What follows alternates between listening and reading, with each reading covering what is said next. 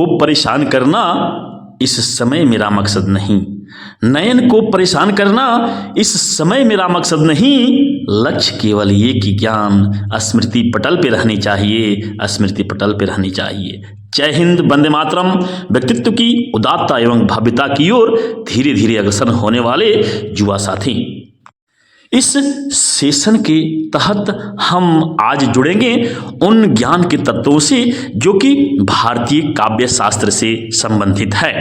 तो आइए भारतीय काव्य शास्त्र के अंतर्गत हम उन तथ्यों से जुड़ेंगे जिनमें काव्य का स्वरूप, काव्य क्या है, उसकी परिभाषा क्या है, उसके भाव तत्व क्या हैं, अस्थाई भाव क्या हैं, और इसके साथ साथ जो रस के भेद हैं, रस, फिर अलंकार एवं अलंकार के भेद तथा छंदों के बारे में परिचय जानेंगे। तो आइए इस सेशन के तहत सुनकर याद करें, लिखकर तैयार करें कि कड़ी में हम जुड़ते हैं महत्वपूर्ण तथ्यों की कड़ी से। तथ्य है कि काव्य, जो भारतीय काव्य शास्त्र है, उसमें सबसे पहले काव्य की अवधारणा क्या है, काव्य का तात्पर्य क्या है, काव्य का मतलब क्या है। तो काव्य की जो सफलता है वह कवित्व भाव से संबंधित है।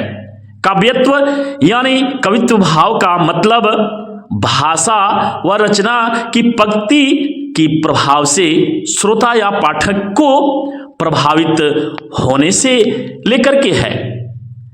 यदि श्रोता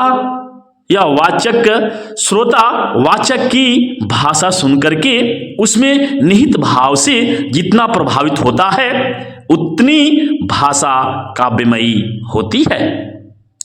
और दूसरी ओर पाठक रचना के पंक्ति को पढ़ करके जितना अपने आप में प्रभावोत्पत्तिता लाता है या उसमें स्वयं में परिवर्तन लाने की क्षमता व्यक्त होती है, तो उस तरह की भावना को तैयार करना काव्य का लक्ष्य होता है। और जितनी प्रभावोत्पादकता आती है वह पंक्ति या भाषा उतनी ही काव्यमयी होती है। अर्थात काव्य का मतलब, काव्य का तात्पर्य, काव्य का अभिप्राय मन में उदात्तता व भव्यता परिवर्तन से संबंधित है।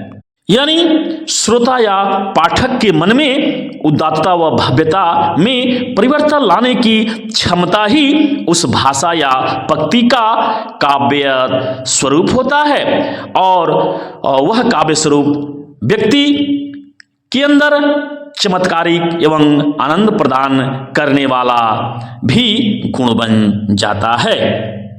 यूं कहें कि श्रोता या पाठक के अंदर उदात्तता एवं भव्यता में परिवर्तन लाने की क्षमता ही जो कि भाषा या पंक्ति में होती है और चमत्कारिक या आनंद प्राप्त करने की क्षमता होती है, वही काव्य के अंतर्गत आता है। और जहाँ तक काव्य शास्त्र की बात है तो इस संदर्भ में यही मंतव्य है कि काव्य के जो गुण हैं, जो दोष हैं, उनका अध्ययन जिस शास्त्र के तहत किया जाता है उसे ही काव्य शास्त्र कहते हैं। इसकी दो रूप सामने आते हैं, एक है भारतीय काव्य शास्त्र और दूसरा पाश्चात्य काव्य शास्त्र। भारतीय काव्य शास्त्र के अंतर्गत काव्य गुण और काव्य दोष का अध्ययन करना इस समय सम्यक ढंग से ही तथ्य की प्रस्तुति होगी। जहां तक भारतीय काव्य शास्त्र की बात है तो इसमें एक महत्वपूर्ण अवधारणा प्रचलित है कि भारतीय काव्य शास्त्र को संस्कृत काव्य शास्त्र के नाम से जाना जाता है, क्योंकि साहित्य की उत्पत्ति संस्कृत भाषा से ही मानी जाती है। इसलिए भारतीय काव्य शास्त्र को भारतीय संस्कृत साहित्य, संस्कृत काव्य शास्त्र के नाम से अभिहित किया जाता है। और संस्कृत काव्य शास्त्र के विशेष गुण दोषों का अध्ययन ही भारतीय काव्य शास्त्र का अध्ययन होता है। अगर काव्य के भेद के संदर्भ में हम तथ्य व्यक्त करें तो इस संदर्भ में जो प्रमुख तथ्य है कि काव्य के दो प्रमुख भेद हैं। एक है प्रबंध काव्य और दूसरा है मुक्तक काव्य। प्रबंध काव्य और मुक्तक काव्य काव्य के दो भेद हैं। जहां तक प्रबंध काव्य की बात है तो इस संदर्भ में इस तथ्य को याद रखना समाचीन होगा कि प्रबंध काव्य का मुख्य तत्व कथा का सुनिश्चित क्रम एवं उसकी भावपूर्ण व्यंजना से है। कथा विषय किसी महान चरित्र नायक का हो सकता है और लघु चरित्र नायक का भी हो सकता है। इसी प्रकार कथा विषय संपूर्ण जीवन कर्म का भी हो सकता है और जीवन के किसी विशिष्ट भाग का भी हो सकता है।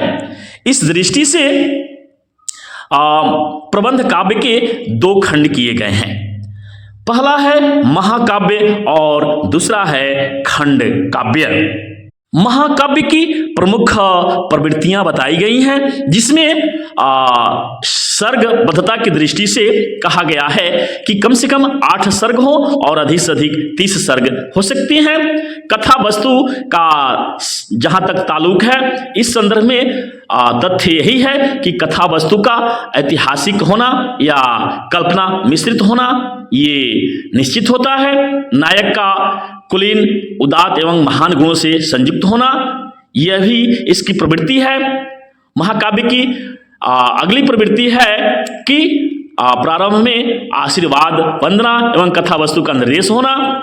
प्रकृति चित्रण की भी इसमें तारतम्यता दिखती है और सामाजिक विधि विधानों का चित्रण भी इसमें किया जाता है।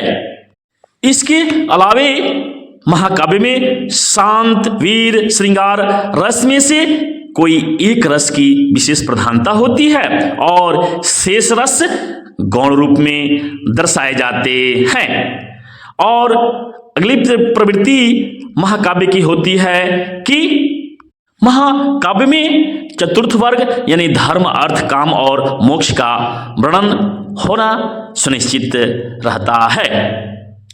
इस प्रकार कुछ प्रवृत्तियों के आधार पर महाकाव्य की रचना की जाती है और इसमें जो महाकाव्य हैं ये हैं रामचरितमानस, प्रिय प्रवास जो आधुनिक काल के हैं, साकेत और जयशंकर प्रसाद की कामायनी, ये महाकाव्य हैं। जहाँ तक खंड काव्य की बात है तो इस संदर्भ में जो तथ्य हैं वे हैं कि खंड काव्यम भवेत काव्यस्य एक देशानुसारी च, अर्थात खंड काव्य महाकाव्य का एक देशीय रूप होता है। संक्षेप में यूं कहें कि खंड काव्य के जो लक्षण होते हैं यह कि जीवन के किसी एक पक्ष का चित्रण इसमें होता है, फिर इसमें रूप और आकार में सीमितता दिखाई जाती है और कथा की एकात्मक अनुमिति होती है, निश्चित उद्देश्य की तीव्रगामी प्रणति होती है और किसी एक रस की प्रधानता होती है।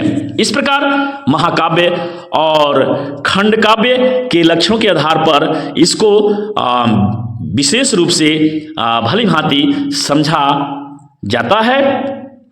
जहाँ तक मुक्तक काव्य की बात है, मुक्तक काव्य के अंतर्गत पूर्वाग्रह से संबंधित कुछ तथ्य होते हैं।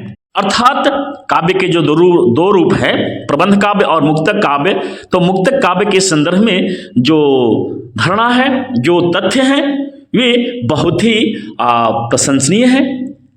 कहते हैं आचार्य दांडी कि मुक्तक वाक्यांतर निरपक्षो वा श्लोकः, अर्थात मुक्तक वह काव्य रचना है जो पूर्वापर प्रसंग की अपेक्षा न रखती हो। रामचंद्र शुक्ल ने प्रबंध काव्य को एक विस्तृत वनस्थली बताया है और मुक्तक को एक चुना हुआ गुलदस्ता बताया है। उन्होंने कहा है कि मुक्तक में प्रबंध के समान रस की धारा नहीं रहती है, इसमें तो रस के ऐसे छींटे पड़ते हैं जिनमें हृदय कलिका थोड़ी देर के लिए खिल उठती है। संक्षेप में यूं कहें कि मुक्तक काव्य की विशेषताएं जो होती हैं वे कुछ अपने अंदर प्रवृत्तियों को धारण किए रहती हैं। प्रवृत्ति यह है कि मुक्तक काव्य में प्रबंध काव्य की भांति कोई कथा विशेष नहीं होती। इसमें रमणीय और रमणीय मार्मिक किसी विशेष खंड दृश्य का चित्रण होता है।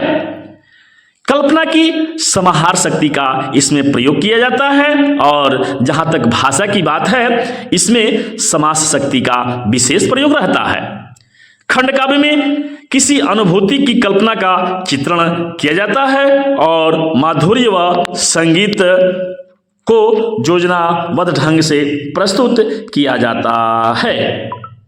मुक्तक काव्य के भी भेद किए गए हैं, अर्थात जिस तरह से प्रबंध काव्य के दो भेद हैं, महाकाव्य और खंड काव्य, उसी तरह से मुक्तक काव्य के जो भेद हैं वे हैं संख्याश्रित मुक्तक काव्य, वर्णमालाश्रित मुक्तक काव्य, छंदाश्रित मुक्तक काव्य, रागाश्रित मुक्तक काव्य और ऋतु उत्सव आश्रित मुक्तक काव्य तथा पूजा धर्म आश्रित मुक्तक काव्य।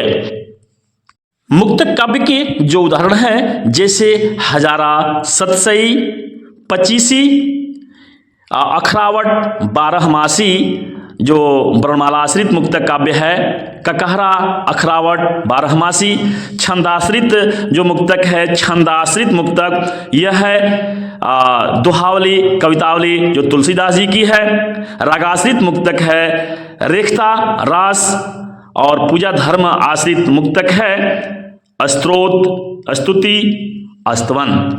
इस प्रकार जो मुक्तक खंड काव्य और प्रबंध खंड काव्य के संदर्भ में महत्वपूर्ण तथ्यों की कड़ी से आप जुड़े, आप जुड़ते चले जा रहे हैं। सुनकर याद करें, लिखकर तैयार करें कि कड़ी से।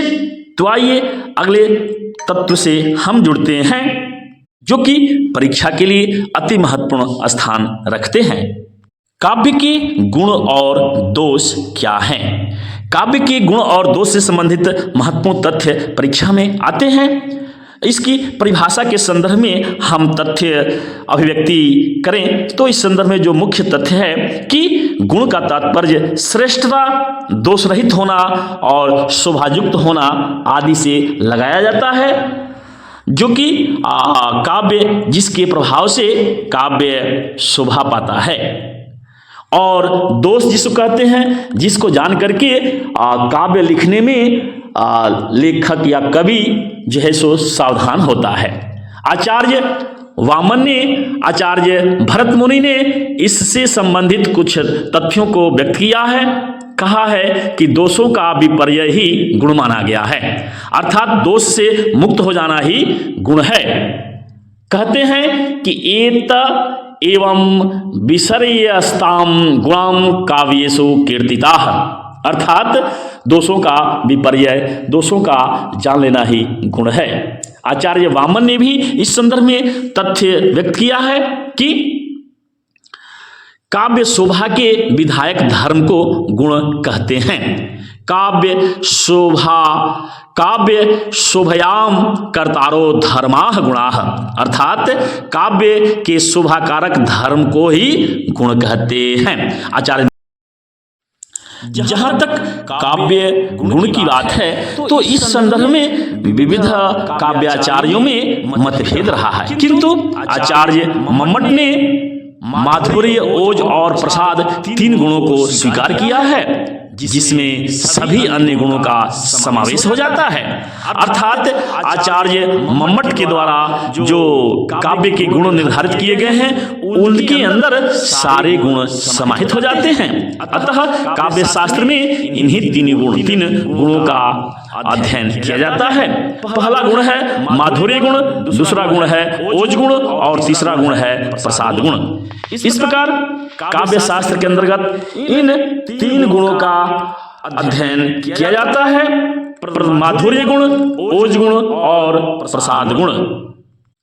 जहां तक माधुर्य गुण का प्रश्न है तो इस संदर्भ में आह्लाद विशेष महत्वपूर्ण स्थान रहता है।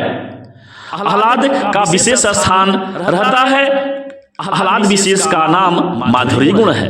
इसके द्वारा श्रृंगार, करुण तथा शांत रस की विशेष अनुभूति की जाती है। और ऐसे ही माधुर्य गुण में श्रृंगार से संबंधित, करुण से संबंधित और शांत रस से संबंधित आनंद की अनुभूति की जाती है। मानस की जो पंक्तियां हैं वह बहुत हद तक माधुर्य गुण से युक्त रही हैं और आचार्यों ने माधुर्य गुण के लिए टवर्ग की ध्वनियों का निषेध माना है। इन्होंने अपनी ये प्रवृत्तियां बताई हैं कि माधुर्य गुण के लिए टवर्ग की ध्वनियां निषेध रहेंगी और अनुनासिक वर्णों का समावेश रहेगा। समास रहित शब्दावली माधुर्य गुण की उत्पत्ति में सहायक होती है। इन्होंने आचार्यों ने माधुर्य गुण के संदर्भ में जो टिप्पणी व्यक्त किए हैं वह ध्यातव्य है कि इसमें अनुनासिक वर्णों का समावेश रहता है और समास रहित शब्दावली की प्रचुरता रहती है। जहां तक ओज गुण का प्रश्न है तो इसमें उत्साह, शौर्य, पराक्रम वाले वर्णन से ओज गुण की उत्पत्ति होती है। इसके अंतर्गत वीर, विभत्स व रौद्र रस की सृष्टि होती है। ओज गुण में संयुक्त वर्णों की अधिकता होती है और टवर्गीय ध्वनियों का अधिक प्रयोग मिलता है तथा समास बहुल शब्दावली का प्रयोग किया जाता है। भूषण ने इस प्रकार के शब्दों का और इस प्रकार के गुणों का बहुत ही प्रयोग किया है। जैसे उनकी एक उदाहरण है कि थर थर कांपते कुतुब शाह गोलकुंडा, हरि हवसी भूप भीरी भस्कत है, सजा शिवराज के नागरन की धाक सुनी, कैसे बादशाहन की छाती धरकत है। अर्थात ये विरस का बखान करते हैं और इसमें जो है सो टवर्ग ध्वनियों का विशेष प्रयोग और समास बहुल शब्दावली का प्रयोग करते हैं। जहां तक तीसरे गुण की बात है, प्रसाद गुण, अर्थात पहला गुण माधुर्य गुण, दूसरा ओज गुण और तीसरा प्रसाद गुण है। तो प्रसाद गुण के अंतर्गत गुण रस और काव्य में सहृदय का चित्त तुरंत व्याप्त कर दे। जिस हृदय को जो गुण रस और काव्य रचना के द्वारा, रस और काव्य के द्वारा हृदय को प्रभावित कर दे उसे प्रसाद गुण कहते हैं। प्रसाद गुण को मध्यम गुण माना गया है क्योंकि ये माधुर्य गुण और ओज गुण के बीच के भाव को पैदा करने वाले होते हैं। इसलिए इस गुण को बीच का गुण कहा गया है, मध्यम कोटि का गुण कहा गया है। यह गुण सभी रसों के लिए उपयुक्त माना गया है। इस प्रकार जो काव्य के गुण हैं, 3 गुण हैं, माधुर्य गुण, ओज गुण और प्रसाद गुण। प्रसाद गुण के अंतर्गत जो है वह विशेषता है कि यह मध्यम मार्गीय प्रवृत्ति को लेकर के चलता है। जहां तक काव्य दोष की बात है तो इस संदर्भ में तथ्य है कि दोष शब्द गुण धातु से, दोष जो शब्द है यह दुण धातु से बना है। दोष जो शब्द है मूल रूप से यह दुण धातु से बना हुआ है, जिसका सामान्य अर्थ भूल, त्रुटि या रोग से लगाया जाता है। आचार्य भरत ने गुण के अभाव को ही दोष स्वीकार किया है। आचार्य विश्वनाथ के अनुसार दोष वह तत्व है जो रस को हानि पहुंचाता है और आचार्य मम्मट कहते हैं कि मुख्यार्थ में बाधक तत्व को ही दोष कहते हैं। अर्थात मुख्यार्थ हृति दोषः, मुख्यार्थ हृति दोषः अर्थात मुख्यार्थ में बाधक तत्व ही दोष है। दोष मुख्य रूप से 2 प्रकार के बताए गए हैं। इसके 2 भेद आचार्यों ने किया है। पहला जो है वह शब्द दोष और दूसरा है वह अर्थ दोष। अर्थात रस भाव के विपरीत कर्ण कटु शब्दों का प्रयोग अप्रचलित, ग्रामीण, अश्लील, क्लिष्ट, अनुचित अर्थ वाले शब्दों का प्रयोग ही शब्द दोष के अंतर्गत आता है। और जो अर्थ दोष है वह दोष यह है कि काल यानी समय का ध्यान न रख करके एक ही शब्द की पुनरावृत्ति बार बार करना शास्त्र के विरुद्ध है और इसे अर्थ दोष के अंतर्गत रखा जाता है। इस तरह के दोष से सभी को मुक्त होना चाहिए ताकि काव्य उत्कृष्ट बन सके।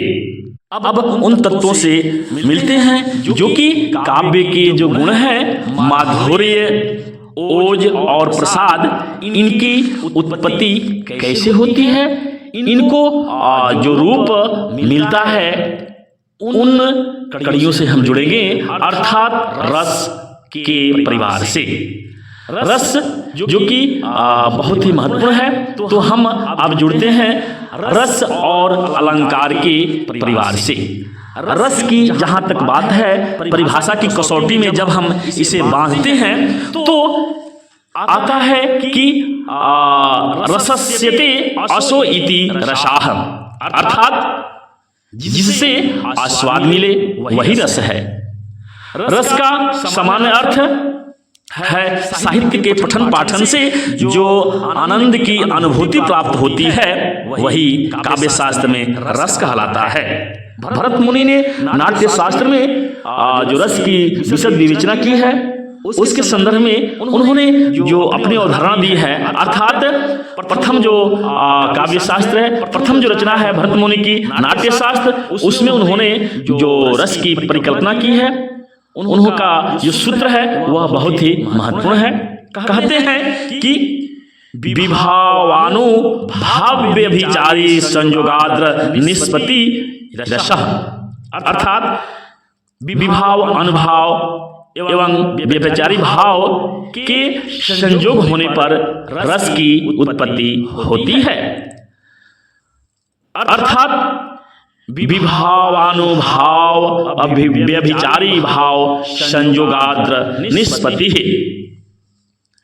इस प्रकार जो रस है उसके जो तत्व हैं वो मुख्य रूप से चार तत्व हुए। चार तत्व हुए, पहले हैं अस्थाई भाव, दूसरा है विभाव, तीसरा है अनुभाव और चौथा है संचारी भाव। जो हम उस कड़ी से जुड़ रहे हैं जो सुनकर याद करें, लिखकर तैयार करें कड़ी से है, और इसमें जुड़ते चले जा रहे हैं रस और उसके भेद से। रस जो कि चार प्रकार के हुए।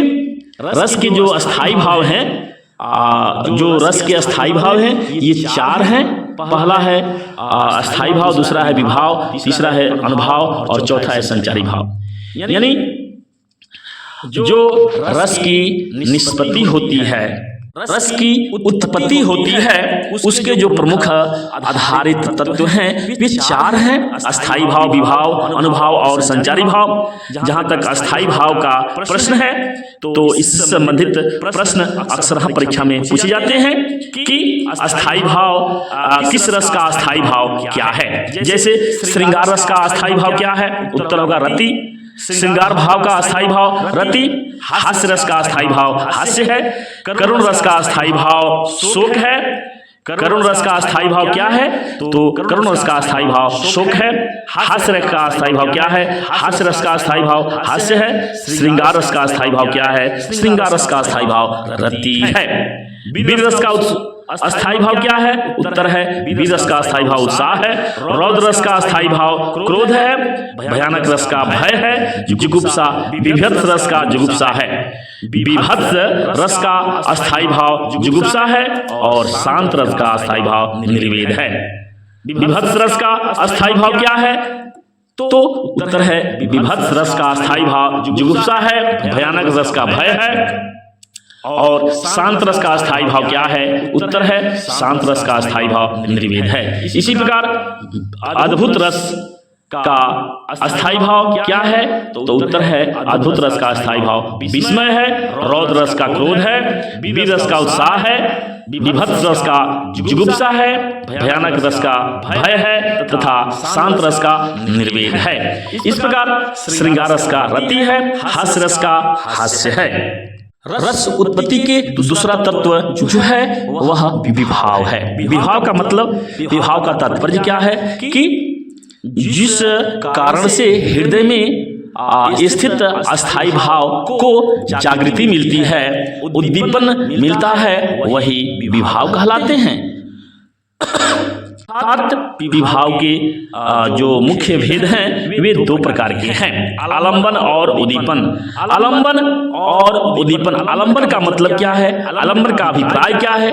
आलंबन का तात्पर्य जिस व्यक्ति या वस्तु के कारण अस्थाई भाव जागृत होता है उसे आलंबन विभाव कहते हैं, जैसे नायक, नायिका, प्रकृति आदि।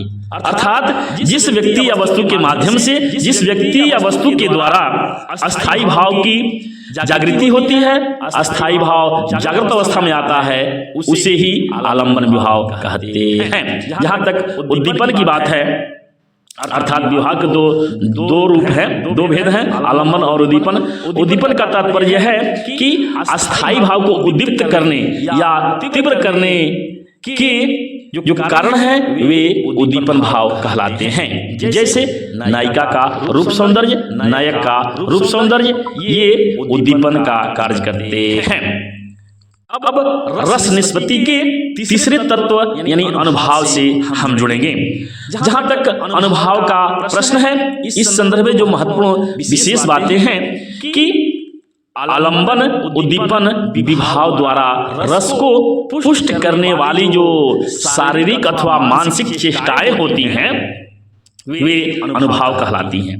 यानी तात्पर्य क्या है कि आलंबन, उद्दीपन जो विभाव जागृत होते हैं, आलंबन और उद्दीपन विभाव द्वारा जो रस की पुष्टि होती है, उस रस को जिसके माध्यम से, जिस चेष्टा के माध्यम से, जिस क्रियाविधि के माध्यम से वो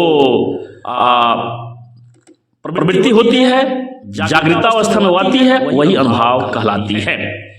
इसके अतिरिक्त अनायास होने वाली चेष्टाएं भी अनुभव के अंतर्गत आती हैं। अर्थात अनुभव चार प्रकार के होते हैं, कायिक अनुभव, वाचिक अनुभव, आहार्य अनुभव और सात्विक अनुभव।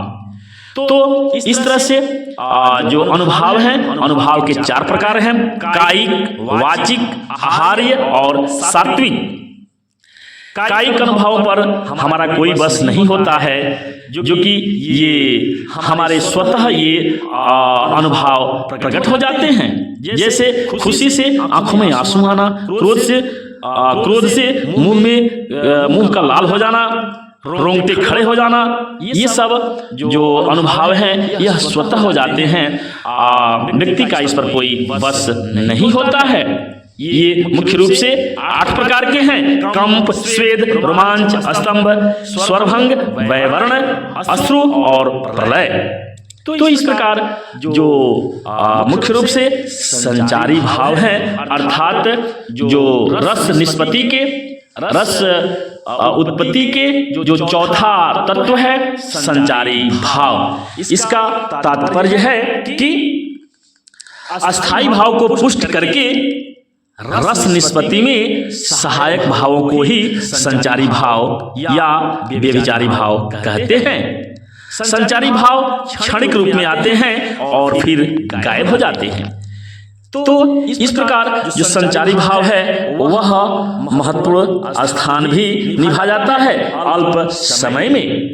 अर्थात संचारी भाव का तात्पर्य है कि अस्थाई भाव को पुष्ट करके रस निष्पत्ति में सहायक भावों को ही संचारी भाव अथवा व्यभिचारी भाव कहते हैं। संचारी भाव जो ये होते हैं वे क्षणिक होते हैं और बहुत जल्द ही गायब हो जाते हैं। इस प्रकार अंततः हम निष्कर्ष तौर पर कह सकते हैं कि अस्थाई भाव, विभाव, अनुभव और संचारी भाव के संयोग से रस की उत्पत्ति होती है और यह रस ही काव्य की आत्मा के रूप में माना जाता है। आचार्यों ने रस को ही काव्य की आत्मा कहा है। अगर ये आत्मा नहीं रहेगी तो काव्य की कल्पना ही नहीं की जा सकती है, अर्थात काव्य की आत्मा ही रस है। आचार्य भरत मुनि ने अपने नाटक में रसों की संख्या 8 मानी है, और ये 8 जो रस हैं ये मुख्य रूप से अहम भूमिका निभाते हैं उनके काव्य शास्त्रीय रचना में। कुछ आचार्यों ने इसकी संख्या 11 बताई है, किंतु शास्त्रीय दृष्टि से रसों की संख्या मुख्य रूप से 9 है, और इसमें इन 9 रसों में श्रृंगार को रसराज की संज्ञा दी गई है, अर्थात रसों का राजा श्रृंगार है, ये सबने स्वीकार किया है। तो इस तरह से रस के जो भेद हैं वे भरत मुनि ने तो रस के 8 ही भेद माने हैं, किंतु विश्वनाथ और आचार्य मम्मट ने रसों की संख्या आगे चल करके 9 बताई है, और वात्सल्य रस, भक्ति रस की भी कल्पना की गई है, किंतु हिंदी साहित्य में प्रमुख रूप से रसों की संख्या 9 ही है, जो कि है श्रृंगार रस, संयोग श्रृंगार रस, और हास्य रस, करुण रस, वीर रस, फिर रौद्र रस और विभत्स रस, फिर अद्भुत रस और शांत रस। इस प्रकार रसों की संख्या मुख्य रूप से 9 है, जिसमें श्रृंगार रस को रसराज की संज्ञा दी गई है। इस प्रकार आप सुनकर याद करें कि कड़ी से जुड़ते चले जा रहे हैं। रसों की भेद जो कि 9 है, श्रृंगार रस, हास्य रस, करुण रस, वीर रस, रौद्र रस, भयानक रस, विभत्स रस, शांत रस और अद्भुत रस। यानी पहले रस को जो श्रृंगार रस है, इसे 9 रसों में रसराज की संज्ञा दी गई है। अब हम एक एक करके संक्षिप्त परिचय से जुड़ते चलेंगे। तो जहां तक श्रृंगार रस की बात है, इसमें जो प्रमुख तथ्य है कि इसके 2 भेद किए गए हैं। पहला जो भेद है संयोग श्रृंगार और दूसरा है वियोग श्रृंगार। इसके तहत जो श्रृंगार रस है, इसकी उत्पत्ति कैसे होती है? सभी रसों में यह श्रेष्ठ है, इसे रसराज की जो संज्ञा दी गई है, इसकी उत्पत्ति का कारक तत्व क्या होता है? इस संदर्भ में जो तथ्य है बहुत ही महत्वपूर्ण है। यह है कि स्त्री पुरुष का पारस्परिक रति, अस्थायी भाव, विभाव और अनुभाव तथा संचारी भाव के संयोग से पुष्ट होकर के ही श्रृंगार रस की उत्पत्ति होती है। और इस श्रृंगार रस के जो 2 भेद हैं, संयोग श्रृंगार और वियोग श्रृंगार, इसमें संयोग श्रृंगार में नायक नायिका के एक दूसरे का प्रेम पूर्वक दर्शन, स्पर्श, श्रवण आदि से रति भाव की उत्पत्ति को ही संयोग श्रृंगार की संज्ञा दी जाती है। इसमें नायक नायिका के मिलन की चर्चा ज्यादा होती है। और वियोग श्रृंगार का जहां तक प्रश्न है, इसे विप्रलंभ श्रृंगार की भी संज्ञा दी गई है।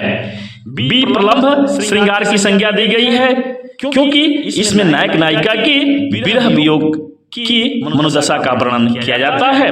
वियोग श्रृंगार रस यही होता है जिसमें वियोग की बात सदैव रहती है। और जहां तक श्रृंगार रस के अस्थायी भाव का ताल्लुक है, तो इसका अस्थायी भाव रति है।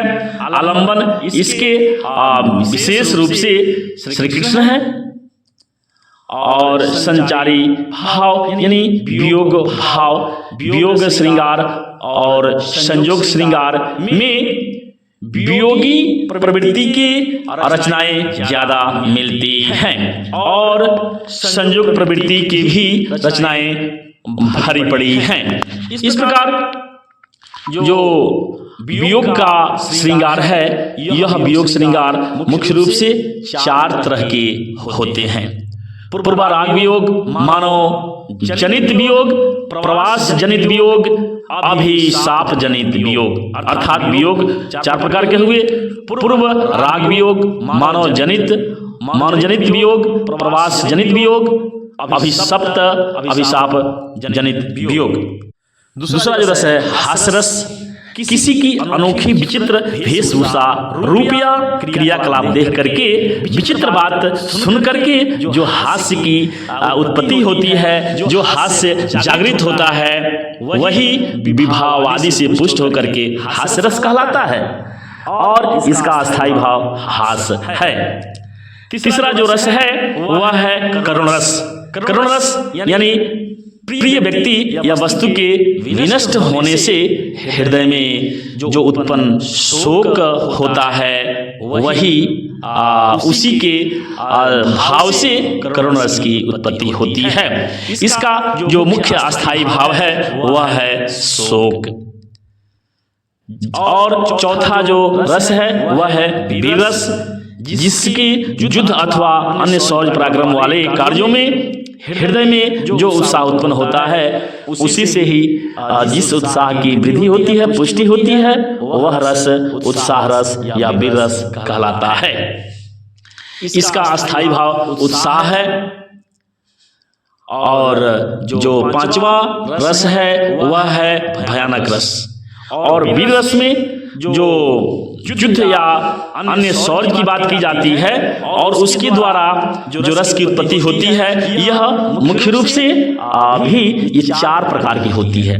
दानवीर रस, दान वीरता में भी रस की उत्पत्ति होती है, जिसमें सर्वस्व दान करने के उत्साह होता है, वो दानवीर रस है।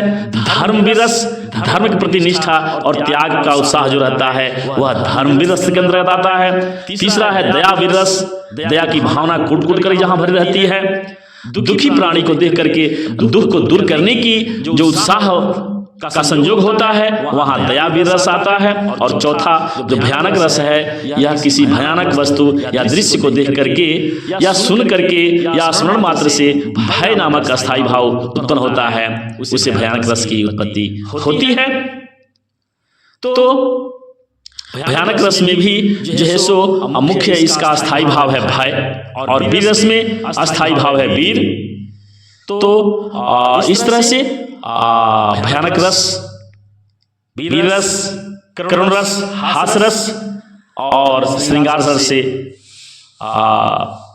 परिचय किए। और आगे हम रौद्र रस से परिचय करते हैं और इसके जो प्रमुख तथ्य हैं उससे जुड़ाव करते हैं। जहां तक रौद्र रस की बात है, इस संदर्भ में तथ्यों की कड़ी है कि जहां पर अपने गुरु आत्मीय जन की निंदा, देशभक्ति का अपमान होता है, वहां पर शत्रु के प्रति प्रतिशोध की भावना उत्पन्न होती है और उससे क्रोध रूपी अस्थाई भाव पुष्ट होकर के रौद्र रस का निर्माण करता है। इस प्रकार जो रौद्र रस है, इसका अस्थाई भाव क्रोध होता है और इसके जो आलंबन, उद्दीपन, अनुभाव, संचारी भाव हैं, ये तो साथ साथ जुड़े रहते हैं।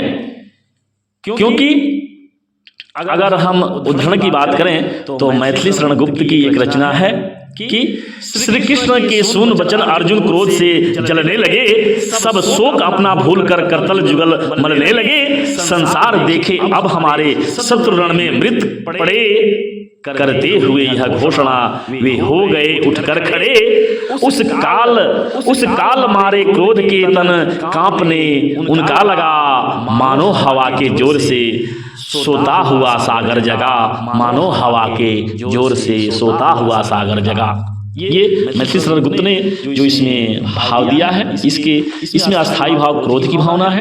क्रोध है आलंबन जयद्रथ है, उद्दीपन भाव श्री कृष्ण के वचन है और अनुभाव क्रोधपूर्ण चेतावनी, जो कि शरीर जिससे कांपना हो गया, क्रोध से हाथ मलना हो गया, ये संचारी भाव की उत्पत्ति होती है। आवेग, श्रम और उग्रता पूर्वक तथ्य की अभिव्यक्ति करना, ये संचारी भाव हो गए।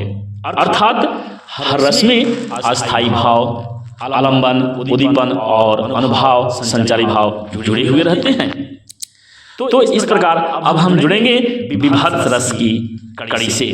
विभक्त रस की प्रमुख जो सातवां रस है, इसका तात्पर्य यह है, इसका मतलब यह है कि घृणित दृश्य देखने व सुनने से मन में उठा जुगुप्सा का भाव ही विभाव अनुभाव आदि से पुष्ट होकर के विभत्स रस का उत्पन्न करता है।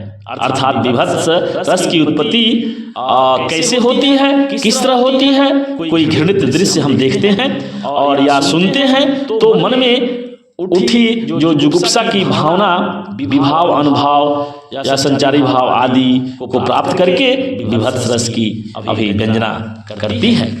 तो इस प्रकार जो इसका अस्थाई भाव है, अर्थात जो विभत्स रस का अस्थाई भाव है वह है जुगुप्सा यानी घृणा। और आठवां रस है अद्भुत रस। अद्भुत रस जिसका अस्थाई भाव आश्चर्य है। इसका मतलब क्या है?